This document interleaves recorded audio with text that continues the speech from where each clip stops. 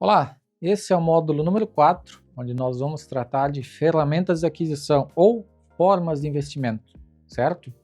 No módulo 1 tratamos sobre gestão de tempo, organizamos o nosso tempo. No 2 organizamos as nossas finanças. No 3 colocamos as metas, o que fazer com o que sobra. E agora a gente vai colocar em prática de que modo a gente vai utilizar e que projeto a gente vai colocar, certo? Existem hoje 4 formas de aquisição, que são financiamento, à vista, poupança ou consórcio. E nos treinamentos, quando eu falo sobre isso, muita gente acaba optando pelo à vista. O à vista é o mais interessante. De fato, faz sentido, não fosse um detalhe. Eu sempre coloco a situação, um cenário, onde eu faço a pessoa pensar. Qual seria o percentual ou valor que seria interessante você se descapitalizar, ou seja, tirar aquela economia que você fez para comprar à vista? Qual seria o percentual?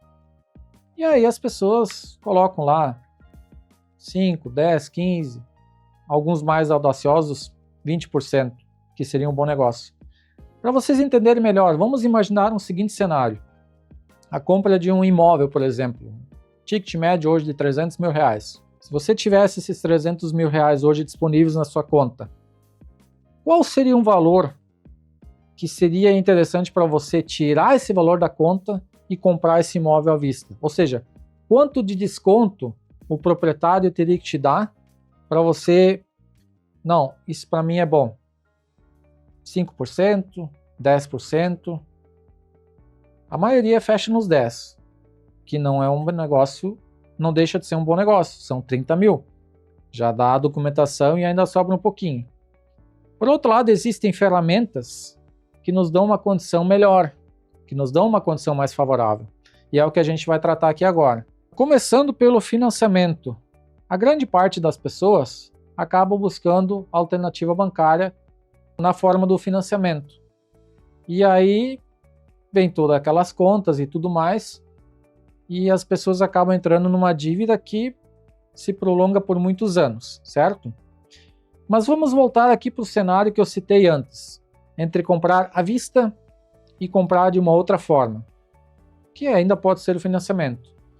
Vamos supor, imaginar a compra de uma sala comercial, por exemplo, que valha lá seus R$300 mil. E você vai alugar essa sala por 2 mil ou pouco menos. O que acontece? O aluguel hoje, eu trabalho com aluguel também dentro da área de corretagem, o aluguel gira em torno de 0,5, 0,6, 0,7, muito bom 1% ao mês.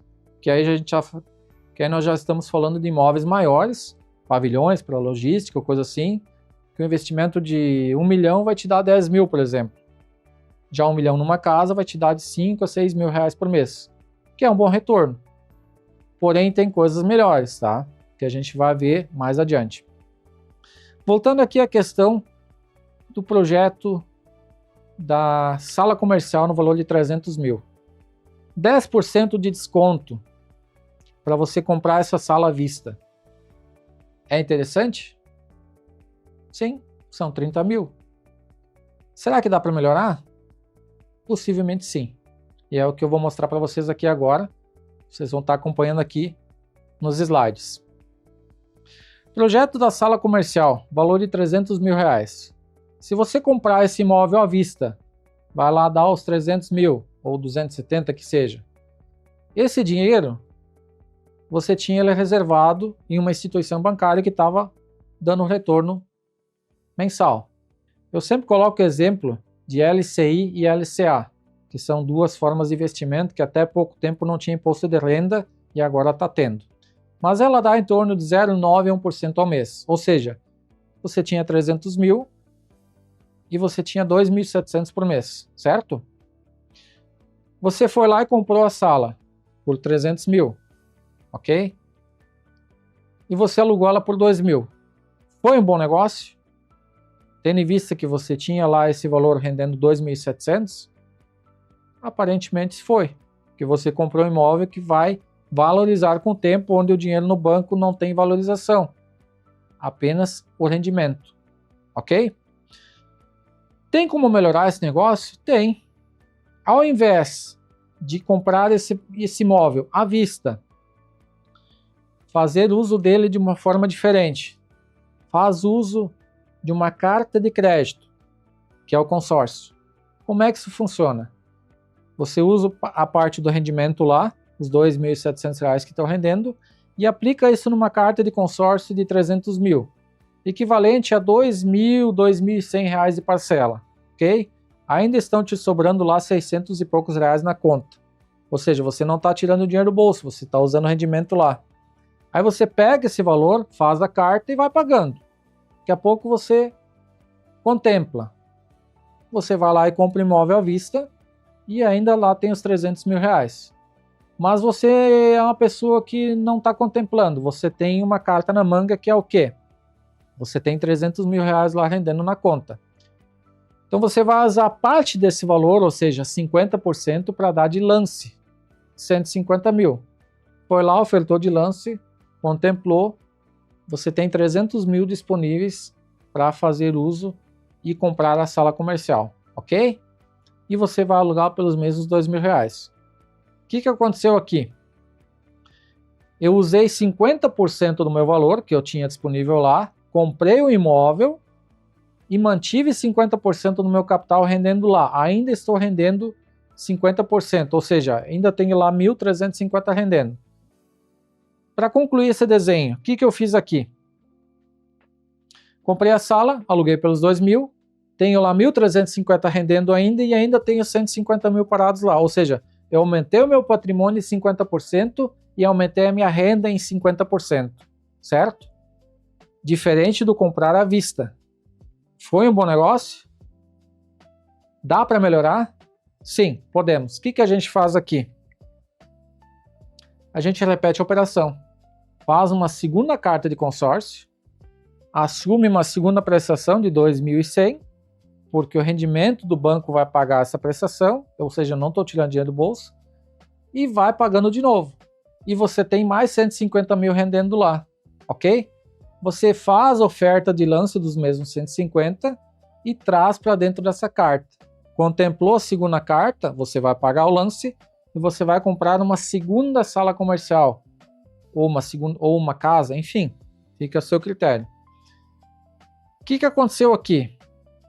Eu dobrei o meu patrimônio e mantive o meu rendimento, ou seja, as salas estão se pagando sozinhas e no final eu vou ter um rendimento de 1.975, 2 mil reais.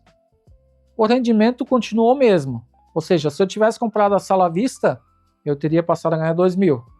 Agora, eu tenho duas salas e eu dobrei o meu patrimônio de 300 para 600 e mantive o meu rendimento. Então, em outras palavras, eu dobrei o meu patrimônio fazendo esse tipo de ação e eu não tenho dívida nenhuma, porque os próprios imóveis estão se pagando e ainda estão me colocando 2 mil no bolso por mês. Dá para melhorar? Sim. Agora que a coisa começa a pegar preço, como a gente fala por aqui. Eu faço uma terceira operação e vou usar esses 2 mil que estão sobrando das duas salas iniciais, que eu não preciso disso para viver. Uma observação, eu não vou ter mais o rendimento, eu não vou ter mais o capital no banco para usar de lance. Mas eu já tenho 2 imóveis se pagando sozinhos e uma terceira operação rodando por conta desses 2 imóveis. Certo? E aí a coisa só anda, ok? Então, ou seja, fiz uma operação de consórcio que me proporcionou multiplicar o meu patrimônio sem fazer esforço nenhum, ou seja, renda passiva, certo? Seguindo aqui na mesma linha da questão das formas de investimento, vamos partir para um outro cenário agora, que seria a compra de uma casa de 400 mil, por exemplo. Fazendo um comparativo agora com financiamento, que seria geralmente a primeira linha que as pessoas escolhem. O que acontece? Quando eu for fazer um financiamento, eu preciso dispor de uma entrada, que varia de 30, 40, dependendo do imóvel. Até pouco tempo atrás, as instituições estavam pedindo 50% de sinal, ou seja, precisaria desse caso 200 mil. Mas vamos trabalhar com uma margem mais baixa, 30%. Então, eu preciso de 120 mil para comprar uma casa de 400 mil através do financiamento, ok? Consegui, tenho o valor disponível, vou lá dar entrada no financiamento. Eu vou assumir uma parcela inicial de por volta de 3.100 mais ou menos. Isso aqui é uma tabela já um pouco mais antiga, não é atualizada, mas é equivalente a esse valor de parcela. Vou estar assumindo uma taxa de juros hoje que está batendo dos 13% aos 15%, a depender da instituição, certo? Há um prazo de, vamos lá, que eu consigo o prazo máximo de 420 meses, certo? Ou seja, 30 e poucos anos pagando. Se nós formos dividir a taxa de juros, essa tabela que eu tenho aqui é de 10%, é uma tabelinha um pouco mais antiga. Vou estar pagando uma taxa de juros de 0,84% ao mês, certo? E vou estar assumindo um prazo de 420 meses. Se a gente fizer a conta total desse processo, desse projeto, somando as prestações com o que eu já dei de sinal, eu vou estar pagando o valor final de 980 mil para um crédito de 400, ou seja, mais do que o dobro, ok? Vamos pegar essa mesma situação e trazer para o consórcio. De novo falando de consórcio, fazendo um comparativo entre eles, tá? Consórcio é a mesma situação, uma carta de 400 mil. Primeiro ponto positivo aqui, eu não preciso de entrada. Mesmo eu tendo esses 120 mil de entrada, eu não preciso usar, eu posso usar isso a meu favor, ofertando como lance para buscar a contemplação antecipada, ok? Mas falando em troca de números aqui, eu vou estar assumindo uma parcela de 2.700, 300 a 400 reais mais em conta que a do financiamento, um prazo menor, quase a metade, de 420 eu passei para 200 meses, e vou estar assumindo o consórcio, ele não tem taxa de juros, ele tem taxa de administração que ela é fixa, ela não muda, diferente do juro que oscila, ok? E aí algumas empresas trabalham com uma taxa um pouco mais alta, outras um pouco menor, mas varia aí na casa dos 1,25 ao ano, ou seja, 0,10% ao mês, bem diferente do 0,84 do financiamento, o que vai me totalizar um valor final de 539 mil, não colocando nessa conta a atualização do consórcio, que vocês vão entender mais para frente, que eu vou estar explicando no outro slide aqui, tá? Então, o que acontece? Fazendo um comparativo, eu vou estar fazendo uma economia de equivalente a 350 a 400 mil, comparando financiamento com consórcio. Ou seja, eu vou estar economizando o valor que é o projeto inicial, dos 400 mil, certo? E uma terceira comparação aqui, que é outro ponto, que a outra ferramenta de investimento ou forma de aquisição, é a poupança. Então, lembrando, financiamento, à vista, consórcio e poupança. A poupança é mais ou menos como o consórcio, com alguns diferenciais. O que acontece? O primeiro ponto que a gente tem que analisar aqui é o seguinte. Por exemplo, um projeto da compra de um terreno, no valor de 150 mil, certo? Se eu quisesse comprar esse imóvel, esse terreno, fazendo uma poupança, levando em conta a atualização de valor, eu preciso guardar todo mês, fazendo um comparativo de prazos agora, tá? Consórcio versus poupança. Um consórcio de 180 meses são alguns anos pagando, 14 anos, se não me falha a memória. 15 anos. 15 anos de espera, certo? Então, a gente fazendo esse comparativo de prazo, consórcio e poupança, 15 anos eu vou ter que guardar esse valor. Levando em conta a atualização desse imóvel que ele vai valorizar, eu vou ter que começar a guardar a partir de hoje R$ 3.200 todo mês, para chegar daqui 15 anos e conseguir comprar esse terreno, certo? No consórcio, eu inicio esse processo com uma carta de 150 mil, um valor de parcela de R$ 1.100, 3 vezes menor do que o meu processo através da poupança, e eu consigo antecipar esse processo através de sorteio ou lance. Eu posso contemplar logo no primeiro mês, posso contemplar no 10º, no 20º, enfim. eu tenho a grande possibilidade de antecipar esse meu projeto. Então o consórcio proporciona isso, certo? E um outro ponto, comparativo um com o outro, no consórcio eu não tenho acesso a esse valor. Ou seja, ele está sendo usado pela companhia, ou seja, pela empresa administradora da operação, para contemplar todos os grupos, certo? Diferente desse valor na poupança que está lá disponível para usar quando eu quiser.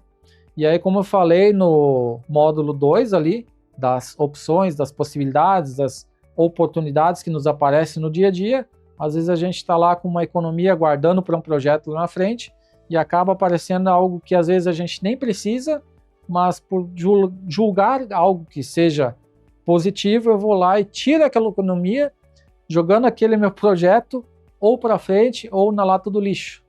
Então é um comparativo entre os dois. O acesso é limitado, o que me garante que através do consórcio eu vou conseguir atingir o objetivo com segurança, ok?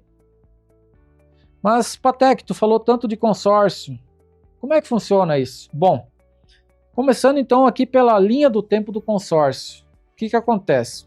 O consórcio, falando rapidamente aqui o histórico, ele começou nos anos 60, através de um grupo de pessoas que se reuniu para comprar um bem em comum sem pagar juros. Então fazia-se que seria hoje uma junção de valores, e comprava um bem e uma das pessoas era contemplada a fazer uso do valor ou comprar seu bem.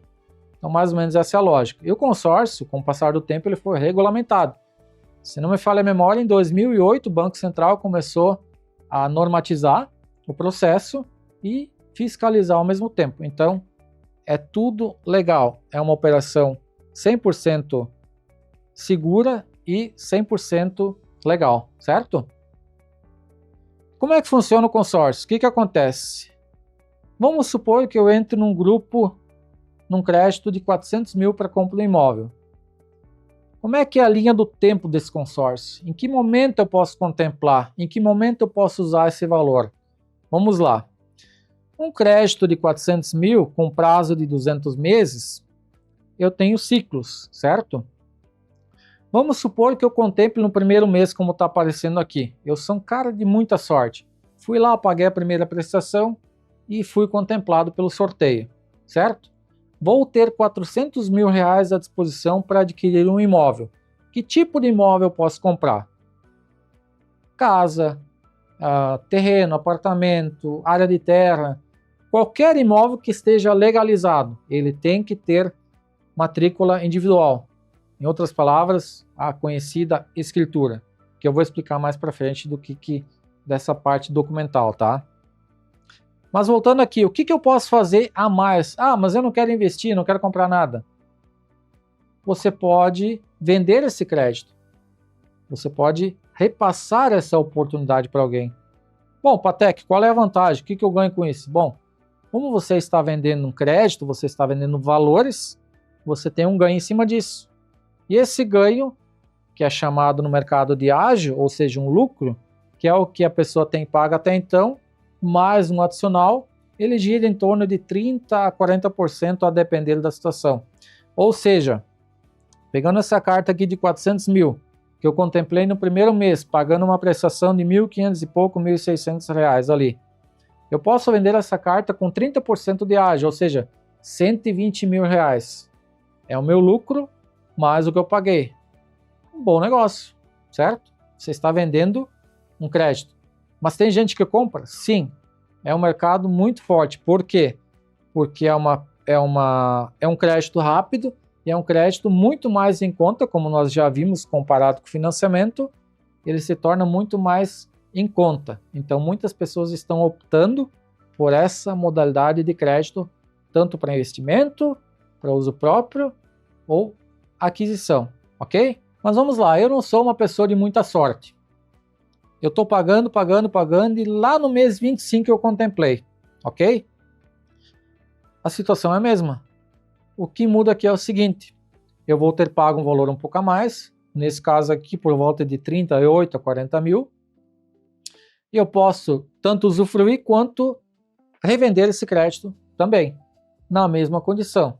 o que na prática vai me sobrar aqui em torno de 80, 85 mil, certo?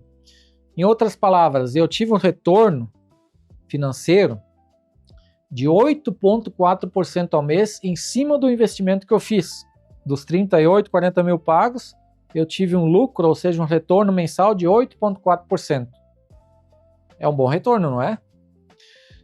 Mas vamos lá, eu sou um cara, a minha sorte é muito baixa. Contemplei lá no mês 75, um exemplo. Já estamos chegando quase na metade do processo, que seria 100 meses, tá? Nesse período aqui, a gente costuma dizer que eu empatei o negócio, ou seja, eu tenho pago equivalente a 120 mil já, certo? Patec, aqui já não vale mais a pena vender. Ok, concordo. Vale a pena se você tiver uma oportunidade de usar esse valor com um bom desconto no investimento. Então, ou seja, eu tenho 120 mil lá que o cara vai me pagar pela carta e eu vou comprar um terreno de 200 por 120. Aí é um bom negócio. Fora isso, não. Eu vou fazer uso do imóvel, ou seja, eu vou fazer uso da carta, vou comprar o imóvel, voltando lá a falar da questão da sala comercial, e ela vai me render e a partir dali o retorno dela vai me pagar a prestação. E aí eu posso fazer uma segunda operação, certo? Mais ou menos esse é o processo. Mas vamos lá. Eu sou um cara muito azarado. Eu fui o último a ser contemplado. Fiquei lá para o final. Acontece. Alguém é o primeiro e alguém é o último. Foi um péssimo negócio para mim. Será? Vamos lá, vamos entender isso aqui melhor. O consórcio, ele tem uma atualização anual de valores, prestação e crédito, certo? Então, se você, dentro dessa condição que vocês estão vendo aqui, você contemplou uma carta de 400 mil no final, ou seja, você ficou por último, ficou o último do grupo lá, esse crédito já não vai estar mais nos 400. Ele vai estar em 1.800.000, seguindo uma lógica de 10% de atualização anual. Eu vou colocar outro gráfico que vocês vão entender melhor. Em outras palavras, vocês vão ter obtido um lucro de 600 e poucos mil. Mas como assim, Patec? De onde saiu isso? Já vou explicar para vocês. Nesse slide aqui, eu tenho um comparativo um pouco mais simples para vocês entenderem a logística do negócio. Supondo que um grupo de pessoas quer comprar uma moto no valor de 5 mil reais. Nós vamos juntar 5 pessoas, cada um vai dar R$1.000, nós vamos comprar uma moto todo mês e uma das pessoas vai ser contemplada, ok? Lá no final do plano, no 5º mês, essa moto atualizou o valor, ela passou de 5 para 6 mil, certo? Então, na prática, todos nós vamos ter que dar R$200 a mais para darmos a oportunidade do último contemplado, ou seja, o 5º do grupo, também ter uma moto nova, porque a moto atualizou o valor, ok? Então, ou seja, se eu fiquei por último, eu vou ter pago um valor, como vocês podem ver aqui no gráfico aqui, eu vou ter pago um valor de 5.200, porque eu paguei 4 prestações de 1.000, mais a última de 1.200, e vou receber um crédito de 6.000, certo? Que os demais ajudaram a pagar. Então, na prática, eu fiz um investimento de 5.200 e recebi um crédito de 6.000, ou seja, tive um lucro de R$800 dentro desse projeto aqui, ok? Agora vamos levar isso para aquela situação anterior do crédito de 400 mil. Como eu disse, esse crédito, aqui nessa tabela vocês vão estar vendo uma atualização anual todos os anos, levando em conta que esse crédito ele suba 10% ao mês, aliás, 10% ao ano, ao final do plano, esse crédito vai passar de 400 mil para 1.800.000 e alguma coisa, certo? Por outro lado, por conta dessa situação anterior que eu mostrei para vocês, vocês vão ter pago 1.200.000 e pouco, ou seja, vão ter tido um lucro de 600 e poucos mil. Não é mágica, é matemática pura. Então, ou seja, você entrou num plano com um projeto e daqui 16 anos nada disso aconteceu, na pior das hipóteses você teve essa situação. Você vai ter um crédito de 1.800.000 disponível, que em tese vai ser equivalente aos 400 mil de hoje, porque ele teve atualização, vai te dar o mesmo poder de compra, só que tu teve um lucro de 600 mil, ou seja, você pagou 1.200 para retirar esses 1.800, certo? Bom, Patek, o que eu posso fazer com esse crédito? Como eu falei antes, pode ser comprado um imóvel, desde que esteja legalizado. Mas eu já tenho meu imóvel. Eu posso comprar outro ou quero usar para capital de giro na minha empresa, por exemplo? Sim, é possível fazer. É uma prática comum, inclusive a gente chama isso de clonagem patrimonial, que seria o quê? Você faz a simulação de compra do teu próprio imóvel, vende a casa para você mesmo, faz a alienação desse crédito em cima desse imóvel e usa ele como capital de giro. Há uma taxa de 1,2% ao ano, bem diferente dos empréstimos que as instituições bancárias têm disponíveis no mercado, certo? Mas você ainda pode usar na compra de um segundo imóvel. Você pode multiplicar o teu patrimônio, como foi dado lá no início do comparativo com a sala comercial. Você pode multiplicar o teu patrimônio. Faz a segunda compra, faz uma carta de crédito em cima daquele rendimento, porque o aluguel vai estar pagando a prestação, e aí você faz uma segunda operação e assim por diante. E aí você vai aumentando e multiplicando seu patrimônio. Uma outra operação também comum com relação a essa mesma questão do consórcio é a escalada patrimonial. Esse slide que vocês estão vendo aqui agora é uma simulação que foi feita por um cliente do Rio de Janeiro que me procurou, onde o projeto dele era vender a empresa e investir tudo em imóveis. A gente estava falando de 15 milhões na época. O projeto dele era comprar 30 apartamentos, que na época era o ticket médio de 500 mil, e alugar eles para ter um retorno financeiro. Eu acabei remodelando esse projeto dele de uma forma mais inteligente, ou seja, a gente usar o que a gente tinha, que já era bom, para usar de uma forma mais inteligente ainda. O que eu fiz? Ao invés de nós investirmos todo aquele valor, esse valor ficou investido em uma conta, ou seja, rendendo numa poupança ou numa LCI, 0,5, 0,6 ou 1% ao mês.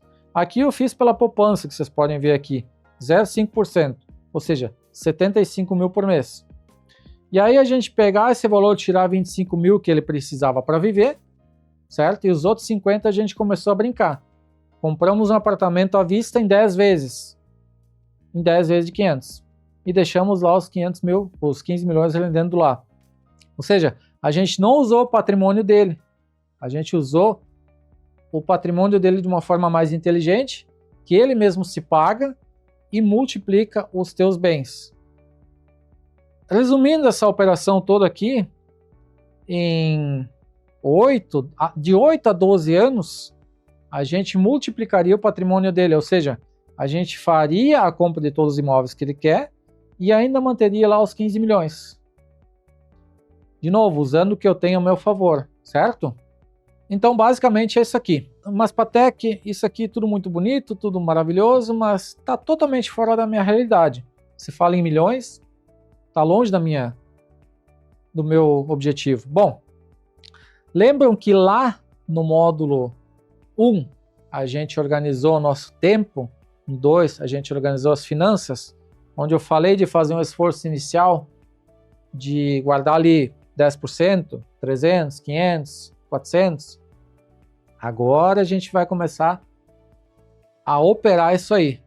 O que acontece? Você vai fazer um consórcio de 50 mil reais que vai te dar uma prestação de, ou melhor dizendo, uma carta de 100 mil que vai te dar uma prestação de 300 reais.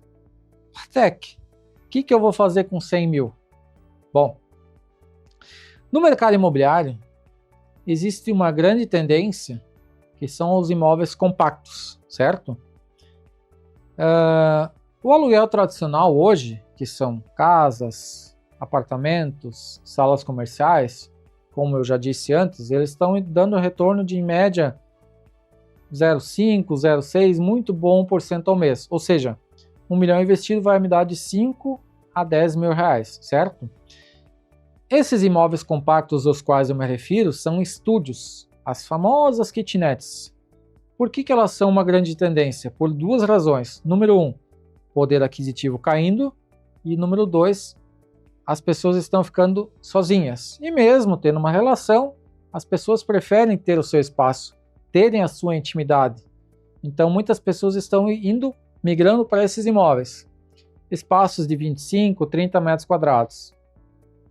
Mas, Patek, onde eu entro nisso com os meus 100 mil? Esse modelo de imóvel, ele tem um custo equivalente para deixar ele pronto, em torno de 50, 60, 70 mil. Existe um outro modelo, que já são os containers, que acaba se tornando um pouco mais em conta. Mas vamos levar nessa situação de 50 mil, uma média, tá? Um imóvel de 25 a 30 metros quadrados, você constrói com 50 mil, ok? Mas onde é que eu vou colocar isso? Bom, se você tem casa própria, se dentro do teu terreno tem um espaço disponível para fazer algo nesse padrão, dentro dessa medida, dentro desse valor, você coloca um espaço desses lá, aluga ele por 600, 700, 1000, vai depender da região que você mora. Vamos levar em conta os R$1.000. Nós estamos falando de 2% de retorno, ou seja, 50 mil investido vai me dar R$1.000, onde o aluguel tradicional me daria 250 a 500, ok? Então, ou seja, vou fazer uma carta de consórcio, vou aplicar os R$300, que eu fiz o esforço inicial lá atrás. Estão entendendo que agora está começando a fazer sentido o negócio? Vamos lá. Vou fazer a carta de 100 mil. Contemplei ela. Vou fazer 2 kitnets, ou seja, 2 estúdios nos fundos do meu terreno. Vou ter acesso lá privado para a pessoa fazer uso. E vou alugar esse imóvel por 2 mil, ok? Uma observação. Uma carta de 100 mil, a apreciação é R$300 dentro dessa condição de meia parcela. O consórcio possibilita, algumas empresas têm essa condição de pagar meia parcela até a contemplação. Depois a parcela atualiza, corrigindo as outras meias que ficaram para trás, ok? O que acontece? A partir dali, quando tu contemplou que tu vai fazer uso da carta, ela vai passar a 600 a 700 reais, ok? Só que você vai ter 2 kitnets alugadas por 2 mil, então, ou seja, você vai ter uma sobra de 1.400. Aí você já não tira mais os 300 do bolso e ainda está colocando 1.400 na conta. Estou entendendo agora como é que o jogo está começando a fazer sentido? Agora você está invertendo a situação. Você pode passar de inquilino para investidor. Aquele esforço que você fez lá atrás está começando a dar resultado agora, ok? O que você vai fazer? Você vai usar parte desse retorno, desses 1.400 que te sobram, vai melhorar um pouquinho o teu padrão de vida e os outros 1.000, isso aí você que vai decidir, você vai reaplicar, ou seja, você vai repetir a operação. R$1.000 vai te dar uma carta de 200 mil, certo? Quando você contemplar essa carta de 200 mil, você bota mais 4 kitnets. Estão entendendo? Aí agora você tem 6 kitnets alugadas a R$1.000 cada uma. Ou seja, um esforço inicial de R$300 que você fez lá atrás, ajustando o teu tempo, buscando uma renda alternativa e guardando o valor, virou uma renda de R$6.000. E aí você aumenta de novo o teu padrão de vida um pouco e o resto você reaplica de novo, repetindo essas operações. E aí sim, como diria um amigo meu lá de Minas, o trem começa a fazer fumaça. Então, o que acontece? A gente tem essa possibilidade. Mas, Patek, eu não quero uma renda. Eu quero fazer investimento. Comprar bem e vender melhor ainda. Aí eu vou deixar uma outra dica para vocês aqui. Existe uma outra possibilidade dentro do mercado imobiliário, que algumas instituições financeiras, elas fazem o financiamento e por alguma razão a pessoa não consegue pagar e o banco faz a retomada desse imóvel, ok? O que acontece? Esse imóvel ele vai para leilão. E uma instituição em questão, ela faz o leilão do imóvel. Se esse imóvel não for vendido no leilão, ele vai para um outro campo dentro do próprio site da instituição, que vocês vão ter acesso. Qualquer pessoa tem acesso, inclusive, e lá tem as opções. Tem imóveis dentro desse sistema com 10, com 20, com 30, 40, 70, 80% abaixo do valor de mercado. Sim, isso existe. Agora uma observação. O que acontece? Essa instituição ela te entrega o imóvel sem ônus, ou seja, livre de condomínio, IPTU, contas, enfim. Por outro lado, ela não se responsabiliza pelo despejo, então muito cuidado nessa hora. O que acontece? Muita gente acaba comprando um imóvel com o proprietário ou às vezes o inquilino habitando o imóvel. Então essa questão do despejo é por conta do comprador, ok? E aí existem formas legais ou amigáveis de fazer isso. Então a gente tem que tomar esse cuidado. Um exemplo, um amigo meu lá atrás, há uns 3, 4 anos atrás, ele comprou um imóvel onde o morador ainda estava morando dentro e foi lá, fez um acordo amigável com a pessoa, deu um prazo plausível para ela sair. Chegou no dia de fazer ali assumir a posse do imóvel, ele chegou lá, a casa estava destruída. Encostaram 2 caminhões lá, um para carregar a mudança do cara e outro para carregar a porta, a janela, fiação. O que o cara conseguiu arrancar, ele levou junto. Ou seja, o lucro que ele teve na compra não deu o que chega para suprir o prejuízo que o antigo proprietário deixou. Mas existem formas da gente descobrir se a casa está habitada ou não, o imóvel. Dá uma volta no imóvel, ver se tem sinais de abandono, grama crescida, lixo, a casa toda fechada, enfim. Agora, tem roupa no varal, a grama está cortada, sinais de habitação, ok.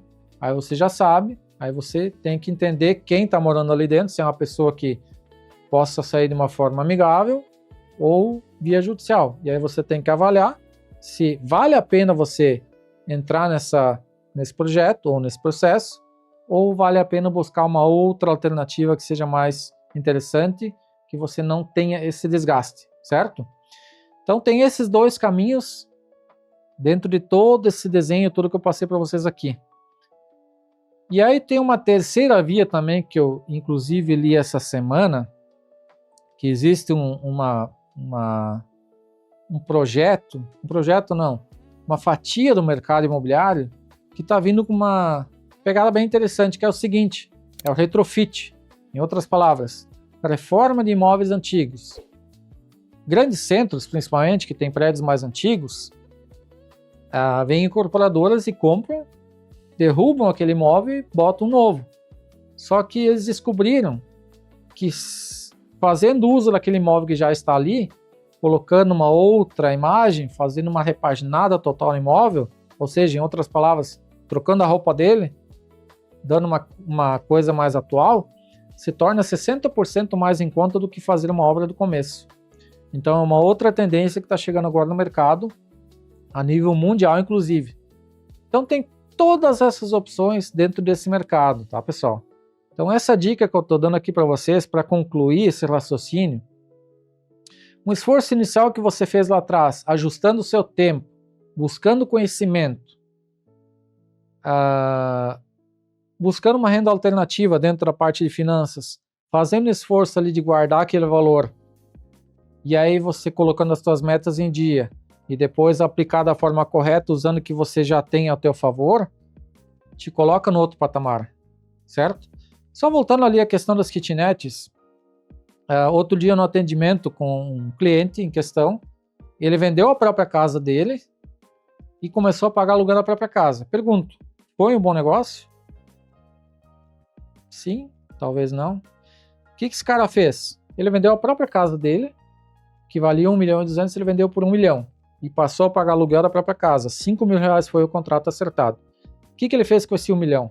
Ele comprou um terreno, construiu 15 kitnets em cima, alugou por R$1.000 cada uma, e aí desses 15 mil, 5 mil paga o aluguel da casa que ele está, e aí ele tem 5 mil que ele usa para viver, e os outros 5 mil ele tem aplicado em consórcio para repetir a operação. Ou seja, ele transformou algo que ele já tinha, ele usou algo que ele já tinha a favor dele. de uma forma mais inteligente. O que acontece? Ele não tem mais a despesa com desgaste de imóvel, ele só vai pagar o aluguel e IPTU, e era isso. Só que ele transformou uma despesa anual que ele tinha em um retorno financeiro que paga o mesmo padrão de vida que ele tem e ainda tem a possibilidade de aumentar o patrimônio dele. Ou seja, usar o que tu tem ao teu favor de forma inteligente.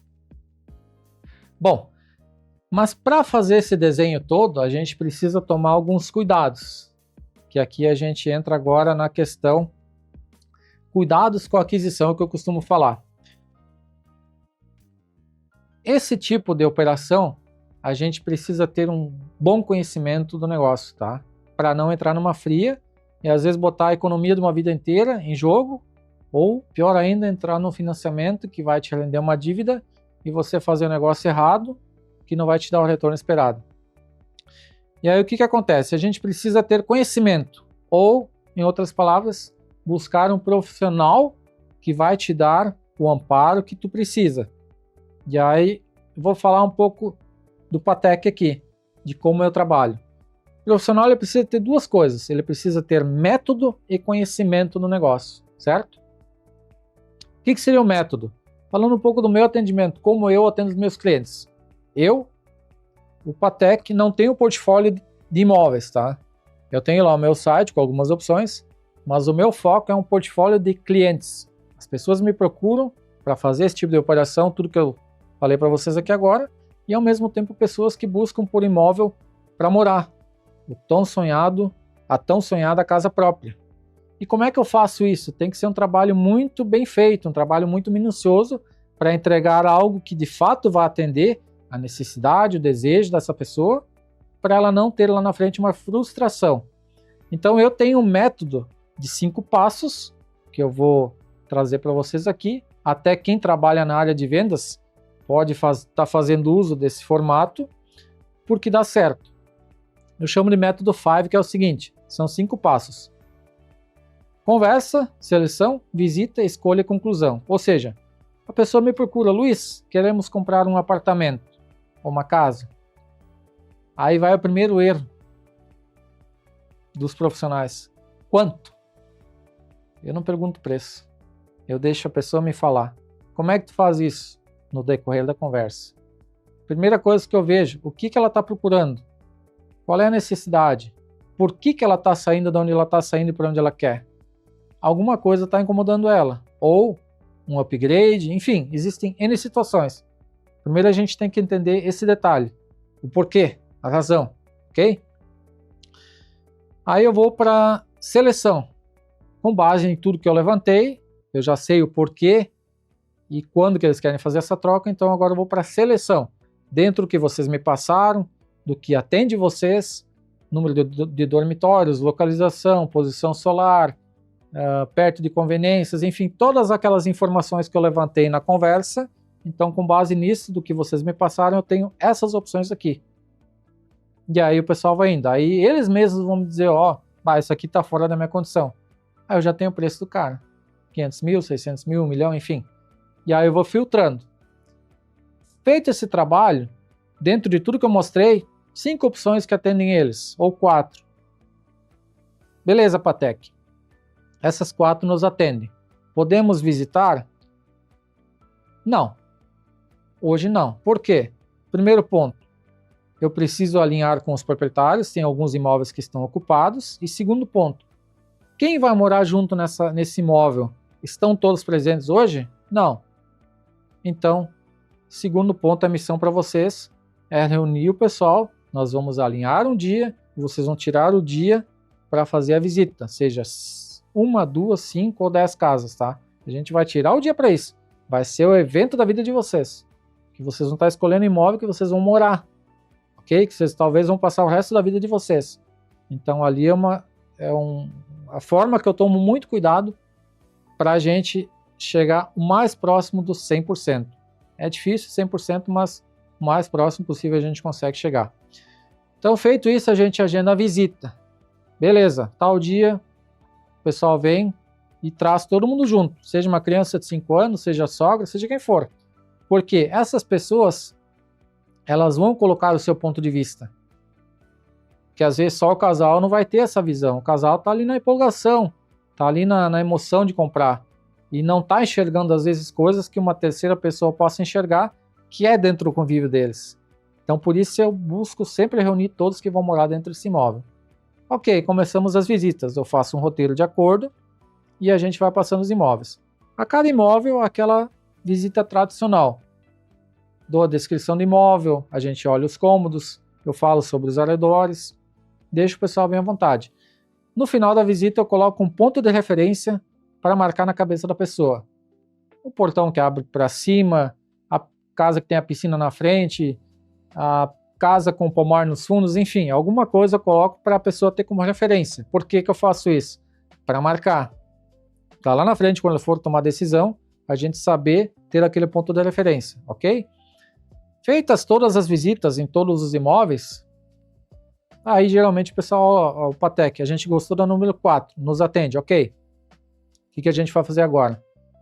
Aí um detalhe que eu não comentei, eu peço para cada pessoa marcar um ponto positivo e um ponto negativo que percebeu naquele imóvel. Marca no celular, no caderninho, enfim. Por quê? Para quando a gente concluir as visitas, a gente vai ter uma conversa onde a gente vai colocar esses pontos.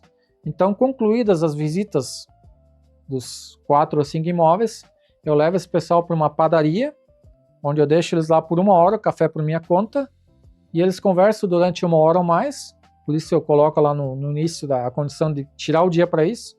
Eles vão tomar o café com tranquilidade, vão rever todo aquele processo e vão colocar os pontos positivos e pontos negativos, ok?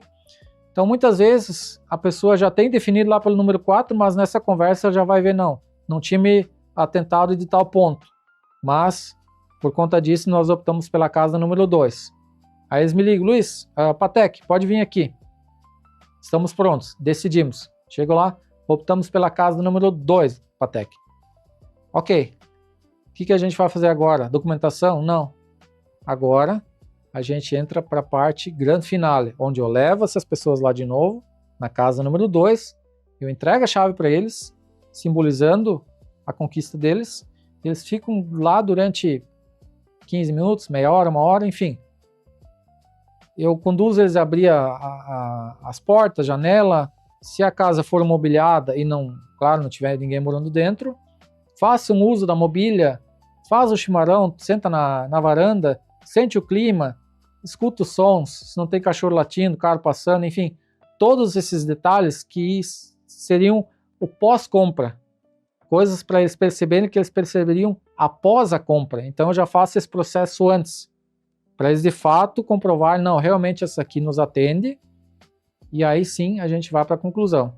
E aí na conclusão, ó, Patek, decidimos pela casa número 2, de fato essa que nos atende, e que bom que tu fez essa dinâmica conosco, porque a gente estava optando por outra e a gente não tinha visto esses detalhes. Então, fechamos nessa aqui, pode dar andamento.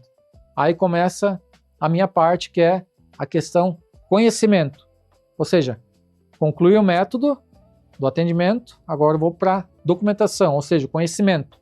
E aí entra algo muito delicado, que a gente tem que se atentar com o profissional, que é a busca pela documentação do imóvel. Assim como nós temos a nossa documentação, o imóvel também tem, certo? E o que acontece? O imóvel, ele tem 2 documentos, tá?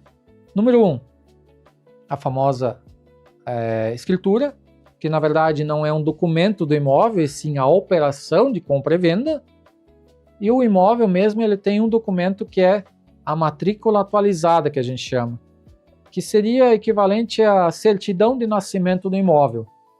Explicando um pouco mais a fundo, um terreno lá foi desmembrado numa área de terra, metragem X, criou-se uma matrícula nova, um número, essa é a identidade, ou seja, o número de identificação daquele imóvel. E ali vai estar toda a descrição do imóvel, terreno, tantos metros quadrados, localizado no endereço tal, confronta com o vizinho de tal, ou avenida tal, enfim, tudo lá descrito, ok? Essa é a matrícula do imóvel. A partir dali, toda operação que for feita em cima daquele imóvel, ou seja, uma construção, é feita uma adição naquele documento que a gente chama de matrícula, que essa operação, ou seja, eu comprei o terreno, aí eu vou lá e passo o documento para o meu nome, faço a escritura, que é a operação de compra e venda, que junto a isso ainda tem o contrato de compra e venda, mas a escritura nada mais é do que a concretização do negócio, certo? Onde vão todos os dados, comprador, vendedor e dados do imóvel, mas é na matrícula que o negócio valoriza, que o negócio tem validade, ok? Então eu comprei aquele terreno, aí faço a operação, passando o terreno para o meu nome, essa operação a gente chama de averbação, ou seja, é uma inclusão que a gente faz dentro da matrícula, certo? E aí eu vou lá, compro o terreno, passo para o meu nome, vou lá e faço uma casa, construo uma casa em cima. É feita uma nova averbação, onde na casa eu vou ter que fazer um projeto, junto à prefeitura, concluir a obra, eu vou lá, faço o pedido de habite, ok, liberado, aí eu vou lá no registro de imóveis, que é onde se busca esse documento, que qualquer pessoa tem acesso através do número, e faço essa adição, ou seja, essa inclusão, que nós chamamos de averbação. Foi construído imóvel tal, com data, tudo certinho, metragem, enfim. Toda operação posterior de compra e venda, ou ampliação, ou construção, é feita esse adicional, essa adição no documento da matrícula do imóvel, que a gente chama de averbação. Então existem imóveis já mais antigos com 2, 3, 5, 10 páginas de matrícula, que são todas as operações que foram feitas até então, ok? Então esse é o documento oficial do imóvel. Se esse imóvel tiver matrícula, ok, pode financiar, pode fazer por consórcio, qualquer operação. Agora, se tiver o famoso contrato de compra e venda, aí é arriscado, porque o que acontece? As pessoas confundem um pouco. O contrato de gaveta que se fala é, por exemplo, esse imóvel ele não tem escritura que se fala, mas na verdade não é escritura, é a matrícula. Esse imóvel está dentro de uma matrícula maior que foi desmembrado, mas não foi legalizado por alguma razão, ou não é permitido pelo município porque tem uma metragem mínima. Um terreno, por exemplo, 300 metros quadrados, mas o terreno só tem 250. A prefeitura não libera, não se consegue um documento exclusivo daquele imóvel. E assim tem milhares de situações, Brasil afora, com imóveis dentro dessa condição, que as pessoas confundem. Não tem escritura, na verdade não é escritura, não tem a matrícula. A escritura é, voltando de novo, é a operação do negócio em si, ok? Então, quando você encontrar um imóvel que não tenha a matrícula, ou seja, a escritura, como o pessoal costuma dizer, é um pouco arriscado. Por quê? Dois riscos que existem nessa situação, de comprar imóvel no contrato, como se fala por aí. Número 1, esse imóvel, se ele está no nome de uma pessoa, por exemplo, eu tenho lá uma área de terra e quero vender uma parte lá para um amigo meu. Vou vender 1.000 metros para ele. Vendi, fiz o contrato de compra e venda, o terreno é dele, ele foi lá e construiu a casa em cima, ok. Amanhã depois, o proprietário, ou seja, a pessoa que era proprietária veio a falecer. Isso vai para inventário. Se os herdeiros não estão sabendo ou querem agir de má fé, a pessoa que comprou não tem direito algum em cima daquilo ali. Ela vai dizer, os herdeiros vão dizer, procura justiça. Então é o risco que tem. Segundo risco, o proprietário vendeu aquela área em contrato de compra e venda e o posterior ele fez um empréstimo no banco e alienou aquela terra dele em cima daquele empréstimo. E por alguma razão não conseguiu pagar e o banco retomou aquele imóvel. Aí vou eu lá que comprei aquela área lá naquele contrato de compra e venda, vou lá e questiono o banco. O banco não quer saber. O banco não interessa para ele se tem aquele contrato. Porque o que acontece? Ele está dentro de uma matrícula, ele não tem uma matrícula individual. Aquilo lá legalmente não foi desmembrado, não foi tirado daquele pedaço. Então, muito cuidado nessa questão de comprar com contrato de compra e venda. Mas voltando a falar da questão documental aqui, na hora de comprar e vender, tá? Tem escritura? Aliás, tem matrícula individual? Ok. Aí eu vou lá e faço a busca, voltando à questão da venda da casa lá do pessoal que eu fiz a simulação aqui.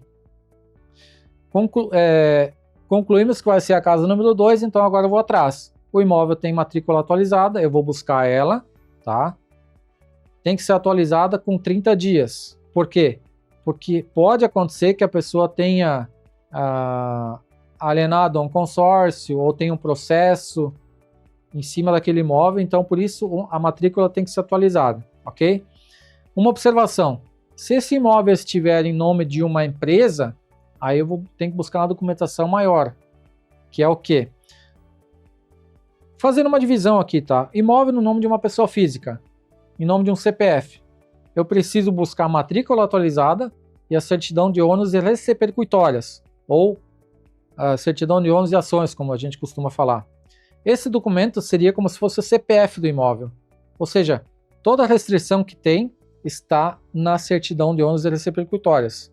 Por exemplo, eu tenho esse imóvel atrelado num financiamento, vai aparecer na certidão de ônus, ou seja, eu tenho que tomar um pouco de cuidado, porque eu preciso consultar o proprietário, por isso essa documentação tem que ser atualizada, ok? Porque eu posso fazer um negócio hoje, amanhã o cara faz um empréstimo em cima disso, e semana que vem a gente vai fazer a operação e do nada aparece aquela surpresinha ali. Então, a gente tem que fazer essa consulta no final do negócio, quando conclui o negócio, quando a gente vai fazer a venda de fato, né, para ter essa documentação atualizada. Então, o imóvel tem que ter a matrícula atualizada e a certidão de ônus. Estando tudo ok, vou dar andamento. Por outro lado, se esse imóvel estiver em nome de um CNPJ, ou seja, em nome de uma empresa, preciso buscar uma documentação maior. Por exemplo, certidões negativas do proprietário, dos sócios, da empresa. Por quê? Eventualmente a empresa pode ter um processo que a empresa nem está sabendo, uma trabalhista, por exemplo, e aquele imóvel está atrelado naquele processo e o proprietário nem está sabendo. Então a gente tem que buscar uma informação mais concreta, uma informação mais minuciosa em cima daquele imóvel. Tá tudo ok? Segue o baile. Faça o contrato de compra e venda, posterior à escritura e posterior à averbação na matrícula, que aí sim se conclui o processo, ok? Então basicamente é isso, pessoal. Todo esse desenho, tudo que eu fiz aqui na questão desse módulo, a gente precisa ter esse cuidado. Existem as opções, existem as oportunidades, existem as alternativas, basta você dar um passo para trás, aumentar o teu campo de visão e fazer a escolha mais inteligente para não ter problema. Esse foi o módulo número 4. No módulo número 5 a gente vai falar de mercado de trabalho. Até o próximo vídeo.